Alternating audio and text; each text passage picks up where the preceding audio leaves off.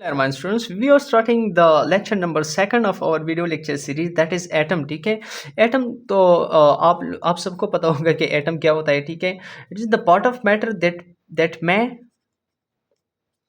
that may or may not exist independently. Okay,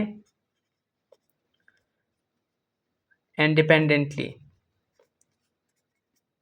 Now noble gases जितने भी है noble gases,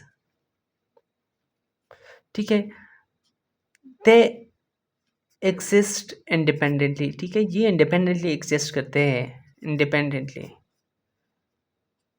बाकी ये ऑक्सीजन, हाइड्रोजन, नाइट्रोजन जितने भी एटम्स है दे कॉन्ट एग्जिस्ट इंडिपेंडेंटली. हमेशा आप लोगों को combined in the form of bond मिलेंगे. ठीक है इन मॉलिक्यूलर फॉर्म. अच्छा अब हम पढ़ेंगे कि what is atomic number. Atomic number क्या होता है. ठीक है एटॉमिक नंबर आप सबको पता है it's the mass of electrons और प्रोटॉन्स. ये किसी एटम में इलेक्ट्रॉन्स या प्रोटॉन्स के मास को हम क्या कहते हैं, एटॉमिक नंबर कहते हैं. Now atomic number it is represented by Z. ठीक है रिप्रेजेंटेड बाय जेड. ठीक है अब जेड के बारे में अगर मैं एक एमसीक्यू बता दूं आपको कि what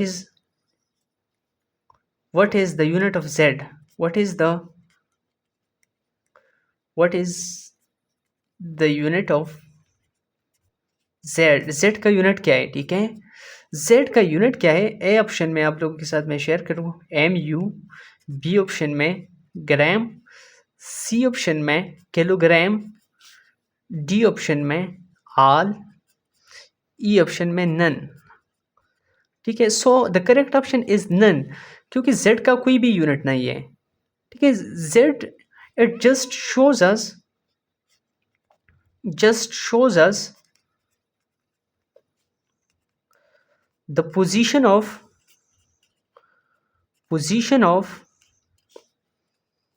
element in period table. ये हमें पीरियड टेबल में किसी एलिमेंट का पोजीशन शो करता है. ठीक है कि ये एलिमेंट कौन से पोजीशन में रखा हुआ है, कौन से पोजीशन में प्लेस्ड है. ठीक है तो it was all about the atomic number. ठीक है अब हम पढ़ते हैं कि what is the difference between mass number and atomic mass. ठीक है उसके दरमियान क्या डिफरेंस है. तो atomic number and atomic mass के दरमियान जो डिफरेंस है कि mass number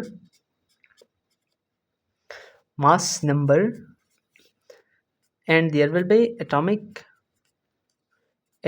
mass.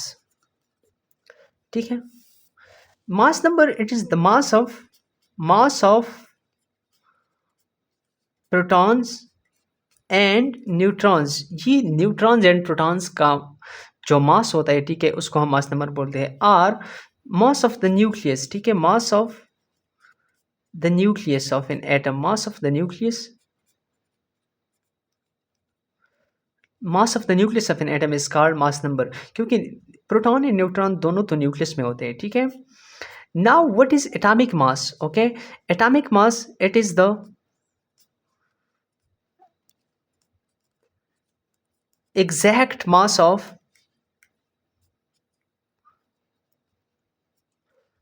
of an atom in mu.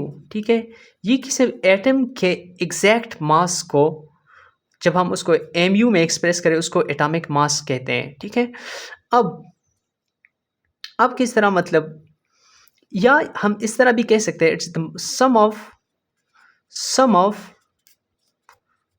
the mass of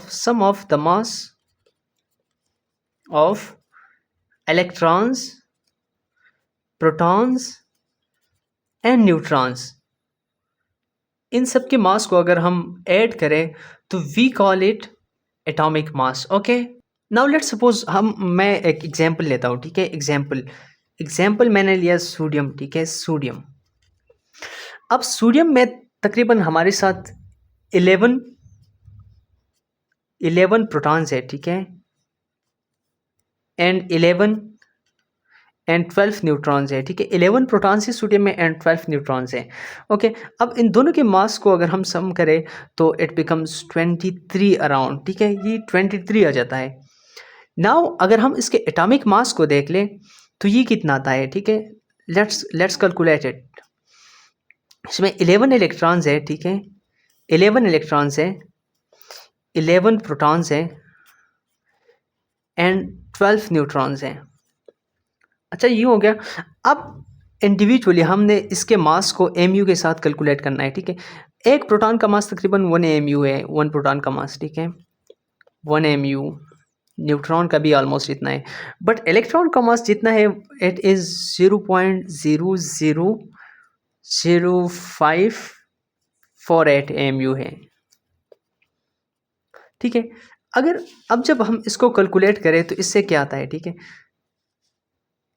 इससे आता है तकरीबन 0.006 इससे आता है, ठीक है। इस साइड पे करता हूँ, ठीक है, मतलब आप लोग ज़रा ध्यान से देखें कि कंफ्यूज ना हो। इससे तो आ गया 11 mu, इससे आ गया 12 mu एंड इससे आ गया 0.006 mu, 0.006 mu, ठीक है। अब तीनों को हम ऐड अप करें, ठीक है, ऐड अप करें, इससे आ जाएगा तकरीबन 23.006 mu।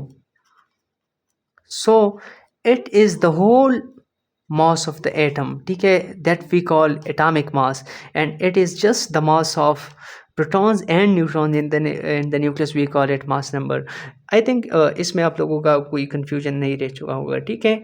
तो चले मिलते हैं नेक्स्ट वीडियो में। इसमें हम पढ़ेंगे that is the most important topic what is molecule को पढ़ेंगे एंड फिर उसके टाइप्स को पढ़ेंगे on the basis of nature and on the basis of atomicity, ठीक है। एंड फिर पेरियोडिक में ये भी मैं आप लोगों को दिखा दूंगा कि कौन से इस तरह एलिमेंट्स है जो as a molecule and atom दोनों एग्जिस्ट करते हैं, ठीक है। तो मिलते हैं नेक्स्ट वीडियो में। Best of luck.